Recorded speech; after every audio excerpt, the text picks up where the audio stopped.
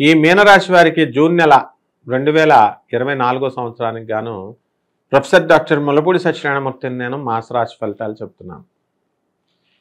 ముందుగా మనకి ఈ యొక్క మీనరాశి వారికి ఏలినాటి శనిలో జరుగుతోంది. ఈ ఏలినాటి శని ప్రభావం వల్ల మనసంతా కూడా దుఃఖభరితంగా ఉంటుంది. ఏదో కోల్పోయినట్టుగా ఉంటుంది. ఏదో గర్ల్ ఫ్రెండ్ వదిలేశాడు, ఎవడో బాయ్ ఫ్రెండ్ వదిలేసినట్టుగా ఫీల్ అయిపోతూ ఉంటారనమాట.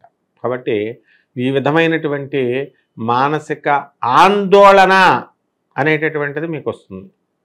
ఇది పిల్లలు సరిగ్గా చదవరు, పిల్లలు అల్లర్లు, ఈ విధంగా మిమ్మల్ని అనేక రకమైనటువంటి అంశాలతో వీళ్ళు పీడిస్తూ ఉంటారు. ఆ తర్వాత గ్రహస్థితి ఏమిటి అంటే మనకి శని కుంభరాశిలో, రాహువు చక్కగా మీనరాశిలో, గురుడు మే 1 నుంచి చక్కగా వృషభ రాశిలో, కేతువు కన్యారాశిలో ఉండడము, కుజుడు మేషరాశిలో ఉండడము 1 జూన్ 2024 సంవత్సరం నుంచి, రవి బుధ శుక్రులు వృషభ రాశి సంచారము, ఆ తదనంతరం సగం రోజులు ఈ యొక్క మిథున రాశి సంచారం. వీటిల రీత్యా ఏమైపోయిందంటే మనకి ఇప్పుడు మీన రాశి వాళ్ళకి ఆదాయం బాగా పెరుగుతుంది. బాగా పెరిగి చక్కగా చేసేటటువంటి ఉద్యోగంలో వర్క్లోడ్ని చక్కగా ఆస్వాదిస్తారు, బ్రహ్మాండంగా చేస్తారు, ఏకాగ్రతతో లాయల్గా ఉంటారు సంస్థకి నమ్మకంతో. కాబట్టి ఆటోమేటిక్గా ఏమవుతుందండి, ఇవన్నీ మంచి లక్షణాలతో జాబ్ చేస్తున్నప్పుడు మీకు జీతాలు పెంచుతారు, గుర్తింపులు వస్తాయి, మీ టీం వర్క్ని ఎంకరేజ్ చేస్తుంది కంపెనీ. అంటే ప్రభుత్వ ఉద్యోగస్తులు ఎవరైతే ఉన్నారో వాళ్ళందరికీ కూడా టీఏలు డిఏలు అరియర్స్లు ఇవన్నీ కూడా వచ్చేస్తాయి చక్కగా. మీకు ఏ విధమైనటువంటి బకాయిలు ప్రభుత్వం ఉంచుకోదు. అలాగే చక్కగా మనకి ఈ యొక్క ప్రైవేట్ ఉద్యోగస్తులు వీళ్ళని యాజమాన్యాలు గుర్తిస్తాయి, పాపం వీళ్ళకి జీతాలు అవన్నీ పెంచుతాయి. అంటే ఆర్థిక పరంగా ఈ మీనరాశి వారికి ఏ విధమైనటువంటి అడ్డంకులు వీళ్ళకు ఉండదన్నమాట. ఆ తర్వాత మనం ఏం చేయాలండి, మనకి ఈ ప్రమోషన్స్ చూద్దాం. ప్రమోషన్స్ రావడం జరుగుతుంది. చక్కగా విదేశాలకు వెళ్ళాలనుకునేటటువంటి వాళ్ళకి మళ్ళీ ఒక దేశం కాకపోతే ఇంకో దేశానికి అప్లై చేసుకోవాలి.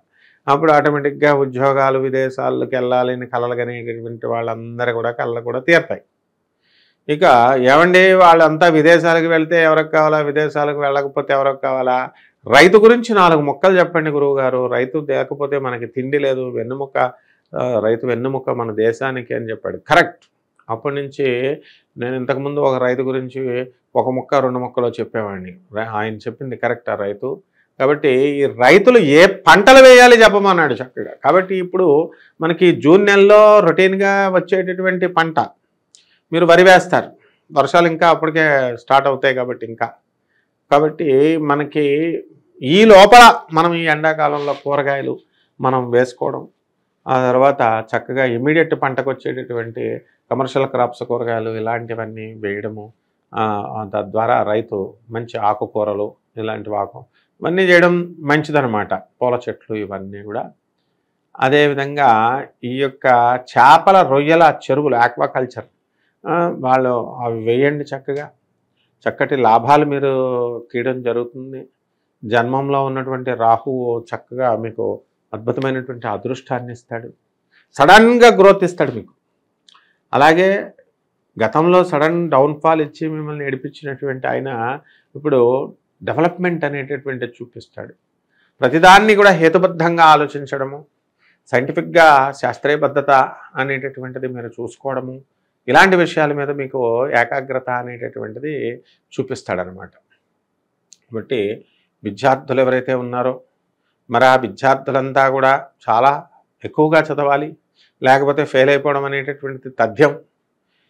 తర్వాత హార్డ్ వర్క్ విపరీతంగా చేయాలి. హార్డ్ వర్క్ చేసినా సరే మాకు గుర్తుండట్లేదు అనేటటువంటి వాళ్ళకి మరి కొన్ని చిట్కాలు ఉంటాయి, అవి తెలుసుకొని మనం చదువుకోవాలి చక్కగా. తర్వాత ఎవరికైతే వివాహాలు కావట్లేదో అటువంటి వివాహాలు కానటువంటి వాళ్ళకి వివాహాలు అవుతాయి. వివాహాలు చేసేటప్పుడు ఈ మ్యాట్రిమోనియల్కి వెళుతున్నారు. ఆ మ్యాట్రిమోనియల్ వాళ్ళు సింగిల్ కిడ్నీ ఉన్నవాడిని చేసేస్తారు. ఆ తర్వాత ఏకంగా డైరెక్ట్ ఇంపార్టెంట్నే చేసేస్తున్నారు ఈ మధ్యకాలంలో. మరి నువ్వు అడుగుతావా మెడికల్ సర్టిఫికేట్ తీసుకురమ్మని, నువ్వు నపుంసకుడివి, నువ్వు నా సర్టిఫికేట్ రా అంటే ఒప్పుకోరు వాళ్ళు. కాబట్టి ఈ మ్యారేజ్ బ్యూరో వాళ్ళు అందరూ అలా చేయరు, కొంతమంది ఎక్కువ మంది మరి అలాగా అంటకట్టేయడం వల్ల ఈ వీళ్ళ కూడా ఈ మగపెళ్లి వాళ్ళు కూడా అలా చేసుకోవడం, ఆడపెళ్లి వాళ్ళు కూడా మోసాలు వాళ్ళు ఏం తక్కువేం కాదు.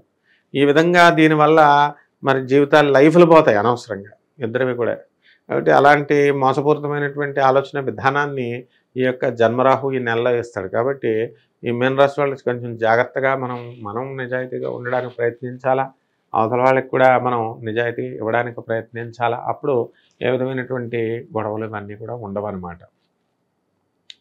ఇక మనకి వ్యాపారాల్లో ఎలక్ట్రానిక్స్ వ్యాపారాలు, ఆ తర్వాత ఈ యొక్క ఈ ప్రాజెక్ట్స్, సాఫ్ట్వేర్ ఇంజనీర్లు, ఈ ప్రాజెక్ట్స్ అన్నీ కూడా మీకు చక్కగా ముందుకు వెళ్ళడం అనేటటువంటిది జరుగుతుంది. ఎక్కువ ఆర్థికంగా మీరు ఇంప్రూవ్మెంట్ అనేటటువంటిది వస్తుంది. ఎక్కువగా విదేశాలకు సంబంధించి ఈ మీన రాశి వాళ్ళకి చాలా బాగుంది. అయితే భార్యాభర్తల మధ్య అన్యోన్యత అనేటటువంటిది కొరవడుతుంది. చిన్న చిన్న విషయాల్లో కొట్లాటలు అవి గాలి వానగా మారి కొంచెం గొడవలు అవడానికి అవకాశాలు ఉంటాయి. లేకపోతే ఈ భార్యకి కొంచెం ఆరోగ్య సమస్యలు రావడం, అనారోగ్య సమస్యలు రావడం, దాని ద్వారా ఈ యొక్క భర్తకి కొంచెం హాస్పిటల్ ఖర్చులు ఇవన్నీ కూడా ఆకస్మికంగా రావడం ఇవన్నీ కూడా జరుగుతాయి. అలాగే మీ మీనరాశి వాళ్ళకి ఇంతకుముందు గతంలో మీతో పరిచయం ఉన్నటువంటి స్త్రీల వల్ల మీకు సమస్యలు రావడానికి జూన్ నెలలో మళ్ళీ రీఎంట్రీ ఇస్తారు వాళ్ళు మీ లైఫ్లో. కాబట్టి అటువంటిప్పుడు మీకు వాళ్ళ సమస్యలు అనేటటువంటివి రావడానికి అవకాశాలు ఉంటాయి.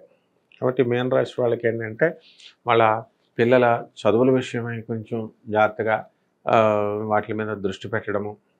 మా పిల్లలు కూడా బాగా చదవాలి, తర్వాత ఎంతైనా సరే డబ్బు ఖర్చు పెట్టడానికి ఒక ప్రెస్టేజ్ కోసం వెళ్ళి ఒక గొప్ప స్కూళ్ళల్లో వెయ్యాలి. గొప్ప అనేటటువంటిది స్కూల్లో బట్టి రాదు, వాళ్ళు చదివేదాన్ని బట్టి వస్తుంది. ఈ మీన రాశి వాళ్ళకి స్త్రీలకి వీళ్ళకి అశాంతిగా మనసు ఉండడం, అంటే మంచి ఉద్యోగం చేసే చోట వేరేగా ఉంది ఉద్యోగం, ఆ తర్వాత ఆఫీసులు వేరేగా ఉన్నాయి, ఇళ్ళు వేరేగా ఉన్నాయి, మేము కుటుంబానికి ఇంత సేవ చేస్తున్నాం, ట్రావెలింగ్ వెళుతున్నాం, పిల్లల కోసం ఇంత టైం స్పెండ్ చేస్తున్నాం, కానీ మాకు ఇంట్లో గుర్తింపు రావట్లేదు అని మానసికంగా పాపం వీళ్ళంతో మదన పడుతూ ఉంటారు. ఆడపడుచులు అత్తగారులు మమ్మల్ని అడగట్లేదు, మమ్మల్ని సంప్రదించడం లేదు, సంప్రదించకుండానే వాళ్ళే ఈ యొక్క పనులన్నీ కూడా చేసుకోవడం, మమ్మల్ని కించపరచడం ఇలా చేస్తున్నారు. కాబట్టి ఏమిటి పరిస్థితి అని మదనపడుతూ ఉన్నటువంటి మహిళలందరికీ కూడా ఈ యొక్క నెలలో కాస్త ఊరట అనేటటువంటిది జరుగుద్ది. ఈ మీనరాశి వాళ్ళు స్థలాలు లేనటువంటి వాళ్ళు స్థలాలు కొంటారు, ఇళ్ళు లేనటువంటి వాళ్ళు ఇళ్ళు కొంటారు, అప్పులు కూడా చేస్తారు బ్రహ్మాండంగా. బంధుమిత్రుల వినోద కార్యక్రమాలకి తిరుగు లేదనమాట. మీరే హోస్టులు పార్టీలకు అన్నిటికీ కూడా. దాని ద్వారా మీకు పబ్లిక్ రిలేషన్స్ బాగా పెరిగిపోతాయి, ప్రజాబలం బాగా పెరిగిపోతుంది, మిమ్మల్ని అభిమానించేటటువంటి వాళ్ళు బాగా పెరుగుతారు.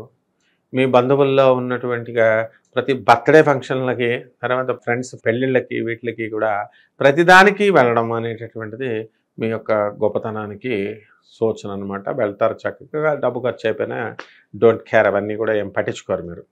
కాబట్టి అనేక రకాలమైనటువంటి ఆదాయపు మార్గాలను ఎదుగుతూ ఉంటారు. ఈ దేశం వెళితే బాగుంటుందా, ఆ దేశం వెళితే బాగుంటుందా, ఈ వ్యాపారం చేస్తే బాగుంటుందా, ఆ వ్యాపారం చేస్తే బాగుంటుందా అని. అంటే అన్ని రకాలుగా కూడా మీ యొక్క ఆలోచన విధానము డబ్బులను సమకూర్చే పద్ధతుల్లో ఆలోచిస్తూ ఉంటారు. మీ యొక్క జాతకంలో ఈ నెల తల్లి యొక్క ప్రోత్సాహం చాలా అధికంగా ఉంటుంది. తల్లి యొక్క ప్రభావం వలన మీరు ఒక స్థిరమైనటువంటి అభిప్రాయాలు రావడానికి అవకాశాలు ఉంటాయి. అలాగే తండ్రి సంబంధించి పాపం ఎంతో కష్టపడి మరి మీ అందరికీ కూడా పెళ్ళిళ్ళు అయినప్పటికీ కూడా తండ్రి తన బాధ్యతలను వేసుకొని తాను వీళ్ళ ఎదుగుదలకి ఇంకా ఎక్కువ అప్పులు చేయడం, లేకపోతే ఇంకా ఎక్కువ పరిశోధనలు చేయడం, ఎక్కడికి వెళ్తే బాగుంటుంది, ఎలా చేస్తే బాగుంటుందని ఈ తండ్రి చేయడం బాగుంటుంది.